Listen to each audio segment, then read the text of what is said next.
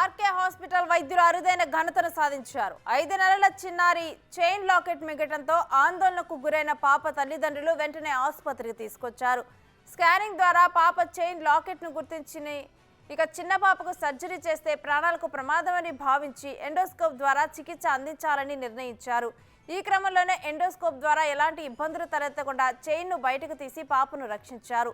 దీంతో పాపకు చికిత్స చేసిన gastro enterologist Keerthi Reddy, doctor Raghavender Reddy, doctor Rajasekhar రెడ్డిలను hospital manager బండా శ్రీకాంత్ రెడ్డి ప్రశంసించారు.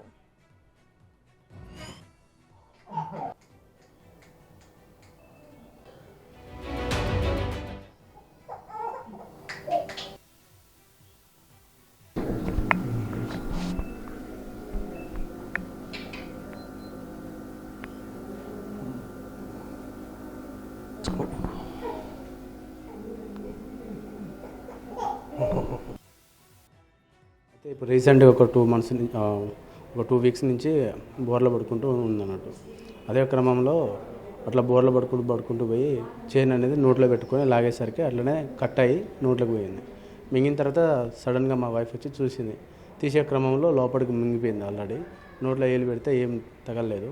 హాస్పిటల్కి రావడం వల్ల ఇక్కడ ఉండి ఎండోస్కోపీ ద్వారా తీయాల్సి వస్తుంది, ఏమైనా ప్రాబ్లం ఉండే అవకాశాలు ఉంటాయని చెప్పి మత్తు వేసి తీయాల్సి వచ్చింది. తీసేది సడన్గా వాళ్ళ మదర్ ఏదో లాకెట్ లాంటిది ఏదో మింగింది అన్నట్టు డౌట్ వచ్చేసి మన దగ్గరికి తీసుకొని రావడం జరిగింది.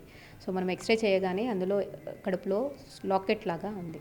సో జనరల్గా ఏంటి అంటే ఏమన్నా చిన్నగా ఉంటే మోస్ట్లీ మోషన్ ద్వారా పాస్ అయిపోతూ ఉంటాయి, చాలా చిన్నవైతే.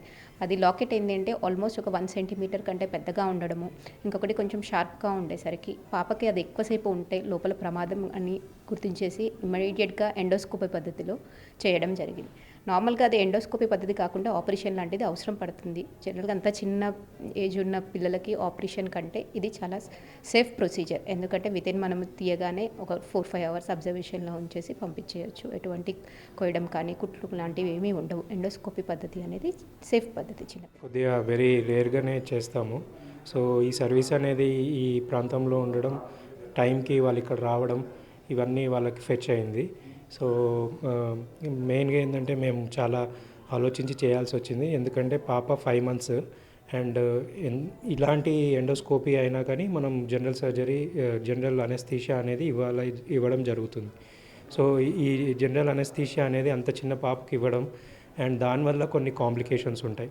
సో అవన్నీ రిస్క్ తీసుకొని మా anaesthesia team doctor Rajasekhar Reddy గారు అండ్ మా స్టాఫ్ అందరం కలిసి చాలా రిస్క్ తీసుకొని మేము ముందుకు పోవడం జరిగింది. అండ్ మేము కూడా very happy, parents are also very happy.